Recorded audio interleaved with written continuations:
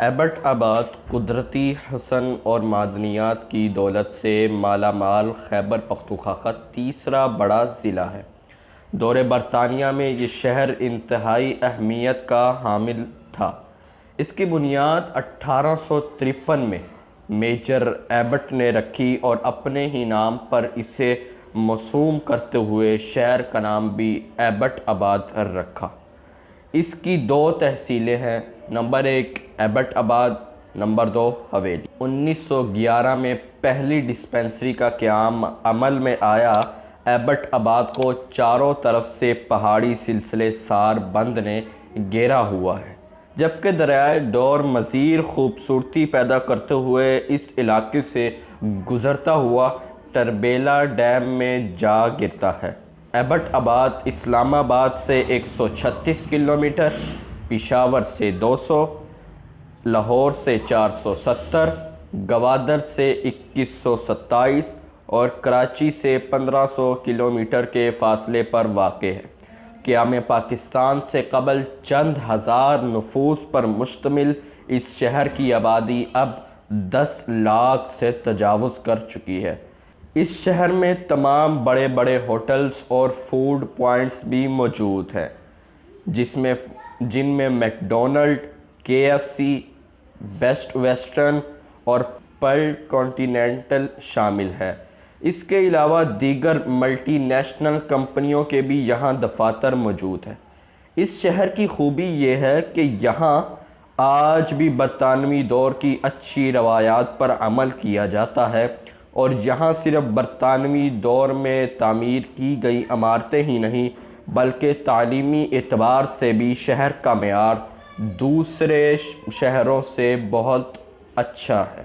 1903 میں پہلے اسکول کی یہاں بنیاد رکھی گئی، جبکہ آج DFFNS school, Abbottabad public school, the peace school, army Burn Hall school, government high school, Roots Millennium school, the city school, pine hills schools اور پاکستان ملٹری اکیڈمی کاکول سمیت بہت معیاری تعلیمی ادارے موجود ہیں، جس وجہ سے اسے اسکولوں اور کالجوں کا شہر بھی کہا جاتا ہے۔ ایبٹ آباد میں چھاؤنی کا علاقہ اب بھی میجر ایبٹ کے دور کی تعمیر کردہ عمارتوں پر ہی مشتمل نظر آتا ہے۔ وہی بڑے بنگلے، یورپی طرز کی اونچی عمارتیں، برٹش کلب، چرچ اور برطانوی دور کا قبرستان، سب کچھ ویسا ہی ہے۔